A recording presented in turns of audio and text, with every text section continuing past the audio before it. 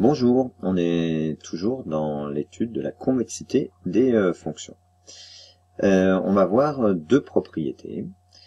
Pour cela, resituons la convexité à l'aide d'un graphique. Voilà. Ok.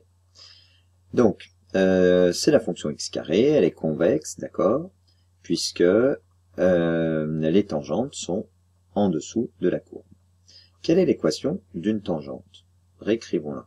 L'équation d'une tangente, c'est y égale f' de a si on est au point A, facteur de x moins a, plus f de a. Qu'est-ce que ça veut dire? Que la courbe est au-dessus de la tangente. Ça veut dire que quand je prends un point A, un point quelconque ici, par exemple là, un point là, qui a pour coordonnées x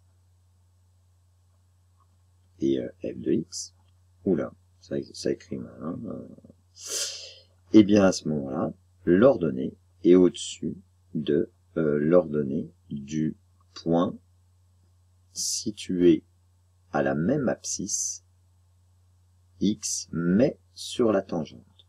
Ça signifie que l'ordonnée de ce point, qu'est-ce que c'est? C'est f' de a, facteur de x moins a, plus f de a, puisqu'il est sur la tangente.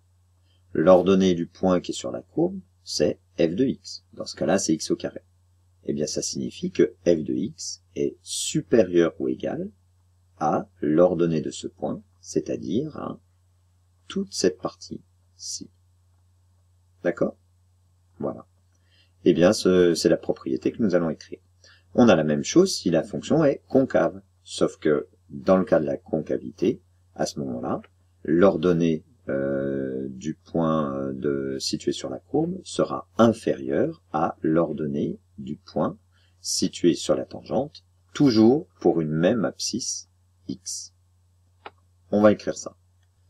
Donc, f de x est supérieur ou égal à f' de a, facteur de x moins a, plus f de a.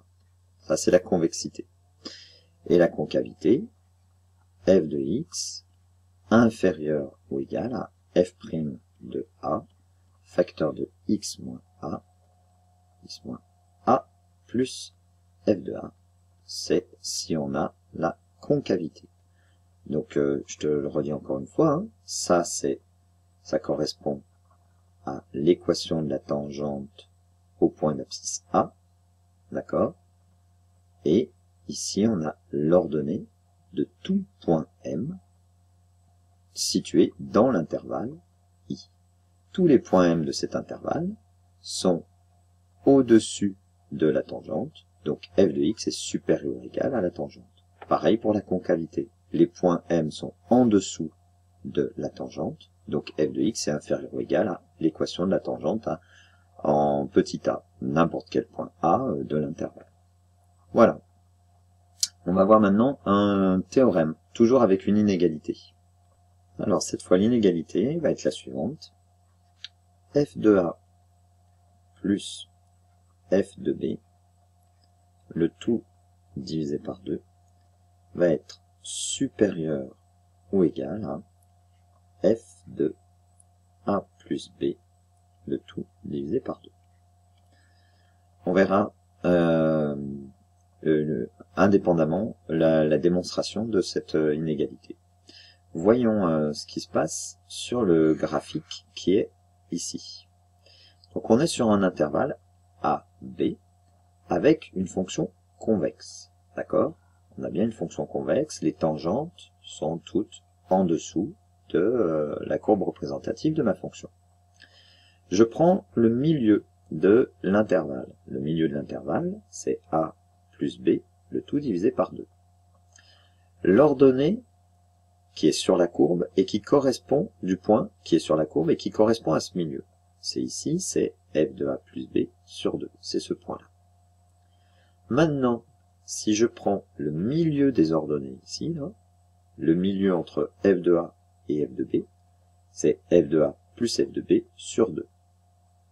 Donc, ce point qui est situé sur cette droite-là, et qui a donc la même abscisse que le milieu du point situé là, sur la courbe, mais dont l'abscisse est le milieu de l'intervalle, eh bien, l'ordonnée de ce point-là, f de a plus f de b sur 2, est supérieure à l'ordonnée de ce point-là.